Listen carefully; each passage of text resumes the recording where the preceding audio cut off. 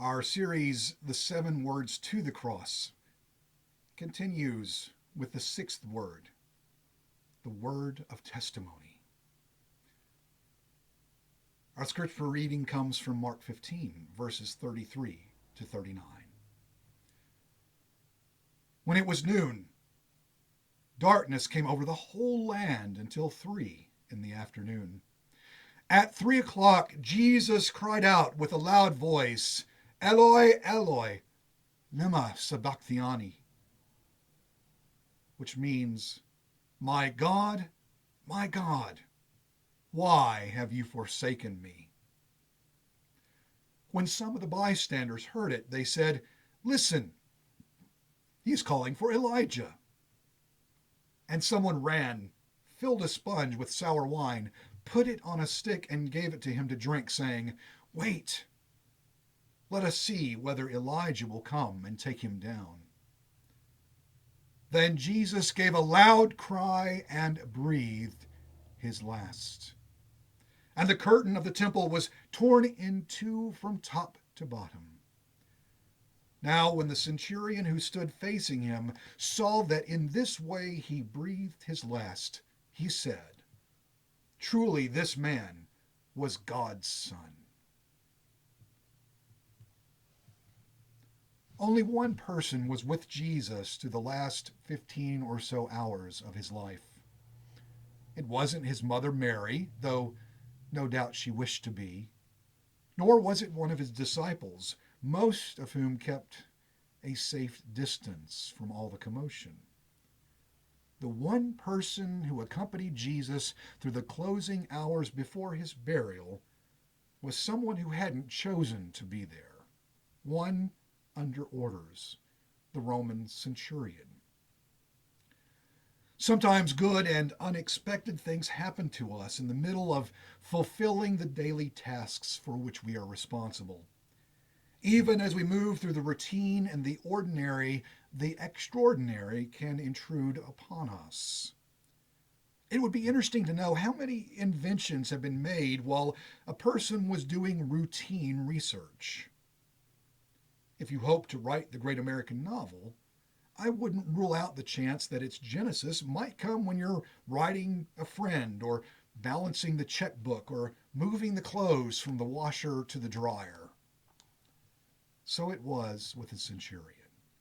He set out on a standard assignment, a distasteful one at that, not remotely imagining what was in store for him, doing a task that was tedious at best and downright grotesque at worst. And as he did, he witnessed something only God could have made happen. Historians have theorized that the Roman army of the first century may have been one of the most dauntless military organizations the world has ever known. For generations, they had established a record of courage and military prowess and success. To achieve the rank of centurion was evidence of a disciplined character and a quiet strength. A centurion, as you might guess, had roughly 100 men under his command, and as such were the backbone of Rome's military might. They were the non-commissioned officers of the army. It's interesting that centurions appear 4 times in the New Testament story, and in each instance are portrayed as especially honorable men. Today we focus on the one centurion who walked with Jesus through the last hours of his life. He commanded a detail of soldiers who were sent one Thursday evening to cross the brook of Kedron and searched through a grove of olive trees to arrest a Galilean teacher, Jesus of Nazareth. If he knew anything at all about Jesus, even simply through casual gossip, he must have wondered why it was so important to arrest him under the cover of darkness. After all, Jesus had been preaching in public places nearly every day for several years. Why all the secrecy all of a sudden? But the centurion knew that orders were orders, and he set out to follow them. That night must have been wearisome for him. He took Jesus to the house of Caiaphas, the high priest, and then to Pilate's palace, then to Herod, and then back to Pilate again. Makes me tired just thinking about it. When Pilate ordered Jesus to be scourged, the centurion was most likely in charge of the men who administered the beating. From the scene described in the gospel, the soldiers went beyond Pilate's orders, choosing to have some crude fun with their prisoner, dressing him as a king, draping a purple cloak about his shoulders, placing a thorny crown on his head and a reed as a scepter in Jesus' hand, all while bowing before him in mock obeisance. The centurion was with the contingent as they marched Jesus through the streets of Jerusalem to the hill just outside the city, on the highway where the crucifixion was to take place. He saw Jesus collapse under the weight of the cross and probably helped him pound the visiting Cyrenian named Simon, who carried the cross the rest of the way. Then, with Jesus secured to the cross, the centurion stood by to watch him die. Death was certainly no novelty to the centurion. He'd probably seen many people die, some of them under the most arduous of circumstances.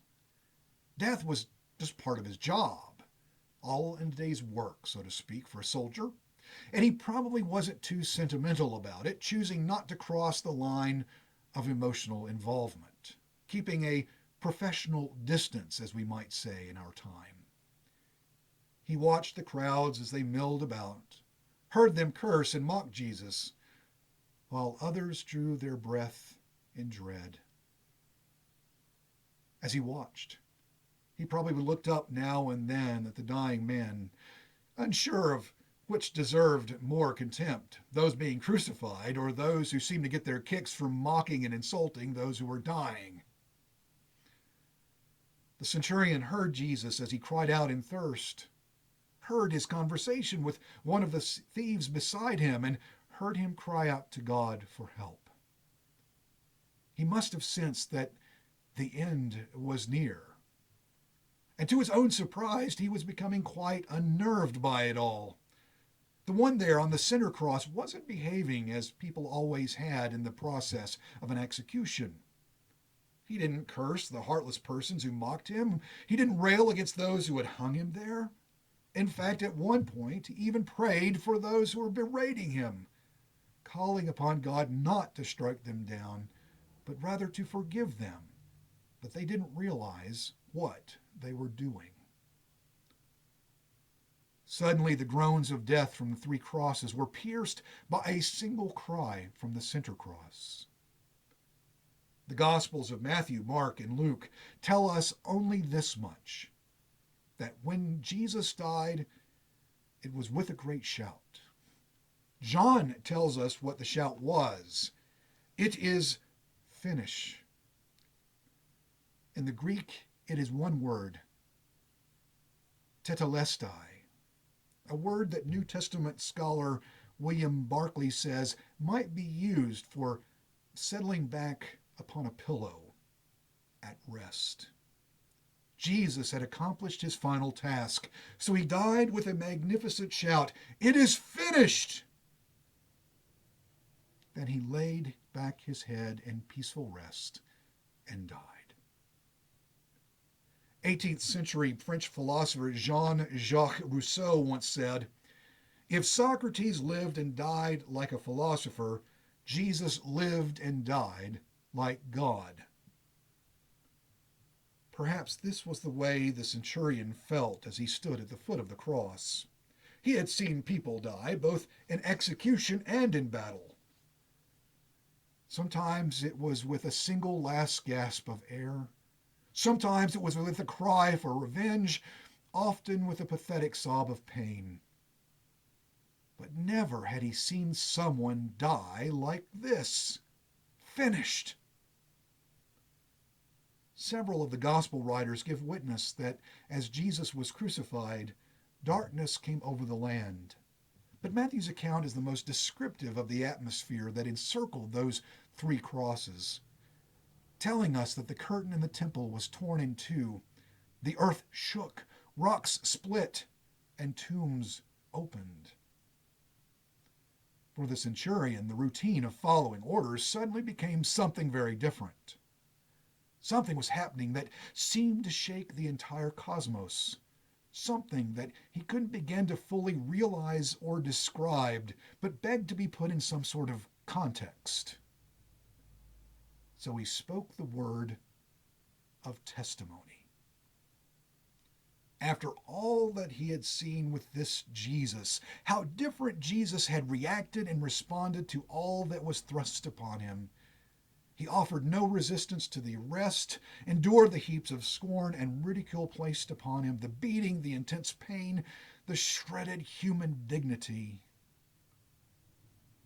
Through all of this, the centurion was somehow able to recognize that this man was different. That regardless what was cast this man's way, Jesus was able to maintain some degree of composure, even to the point of offering forgiveness to those who were killing him. This wasn't the way of the world. This wasn't normal in any sense of the word. This wasn't even close to anything the centurion had ever experienced before. One wonders then what compelled the centurion to offer his word of testimony, to boldly declare truly this man was God's son. Some scholars have suggested that we shouldn't put too much significance on the centurion's spontaneous word of testimony. After all, the centurion didn't have the benefit of Jesus' teaching or access to many of the healing events Jesus had performed. One Bible commentary has said that the centurion couldn't have put into his testimony the same meaning that would have been in those words, say, if Peter or John had spoken them. But perhaps that's all beside the point. Each of us comes to Jesus from different directions. I would venture that no two persons have ever called Jesus the Son of God and have said it in the same way with the exact same content of meaning. Such confessions aren't perfectly objective comments. Rather, they are deeply personal. One might say perfectly subjective, actually. When we say this man was God's son, for example, we say it from the vantage point of our own life and our own experience. Sure, we can grow in our knowledge and in our faith so that that statement may contain greater meaning at a later time, and we will be able to declare it with greater degree of finesse. But if our witness comes from the heart that has accepted the reality of Jesus Christ, the testimony is authentic regardless of the theological nuance and understanding. Neither the apostles nor the angels can say it better. One wonders how many folks standing close by the centurion heard his declaration. Did the centurion lift up in a bold shout, "Truly this man was God's son"? Or was it uttered in a more muted declaration of authentic awe and wonder? Truly, this man was God's son. One wonders how many bowed their heads and stumbled away from the scene in a stupor of shame. Or did they flee the scene in terror of the earthquake, the darkness, the cataclysmic conditions of the event, wondering if the world was about to end? Or did some stick around in awed silence, watching and waiting and wondering about the significance of it all? Regardless of the response of those who experienced the moment of Jesus' death, one did not let the moment pass by without comment. One was compelled to say something, to find some way of expressing the feelings coursing through his veins and his mind and his heart. It was the centurion, the ultimate outsider, a representative of the occupying and oppressive Roman Empire, a Gentile and a man of war. If he can declare Jesus Christ to be the Son of God, then why, with what we know and what we've experienced, why can't we? The centurion who stood post at the cross had a name. and has even achieved sainthood in both the Roman Catholic and Orthodox traditions. Saint Longinus. According to legend, Longinus was one witness to the crucifixion who was overcome by what he experienced when Jesus died. He was awestruck at seeing the earth shake and the rocks split, and he knew that Jesus was the Son of God as he had claimed to be. The rest of his life after he accepted baptism was spent as a follower of Jesus who witnessed to others. Longinus died a martyr at the hands of Pilate's soldiers, who pursued him and reluctantly followed their orders to end his life. And so I conclude with these words from an Orthodox praise psalm about this centurion. Longinus, you beheld the King of glory, who was nailed to the cross, yet shone on those in darkness. You were enlightened by his rays, and became a martyr, and saved those who cry. Glory to him who gave you strength. Glory to him who granted you a crown. Glory to him who through you grants healing to all.